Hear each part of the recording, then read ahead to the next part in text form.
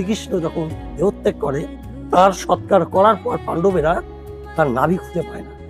জগন্নাথ আবির্ভাব সম্বন্ধে একটি গল্প আছে জানেন তো, ইন্দ্রদুম্ন এবং গুন্ডিচা স্বপ্নাদেশ পায়। স্বপ্নাদেশ পাওয়ার পর পুরী থেকে দারুকাঠ ভেসে আসে। তারপর সেখানে জগন্নাথ সুভদ্রা বলরামের মূর্তি তৈরি হয় এবং সেখানে তাদের অভিষেক করা হয় বা প্রাণ দান করা হয়।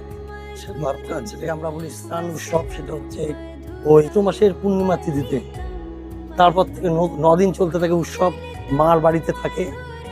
এবং তার আগে হচ্ছে এই যে জগন্নাথ সংস্কৃতির আবির্ভাব, সেই আবির্ভাবের একটি গল্প আছে এবং সত্য সেটা হচ্ছে যখন শ্রীকৃষ্ণকে বেদ জড়া তার হরিণের চোখ ভেবে তার পায়ে তীরবিদ্ধ করে এবং শ্রীকৃষ্ণ যখন দেহত্যাগ করে তার সৎকার করার পর পাণ্ডবেরা তার নাভি খুঁজে পায় না।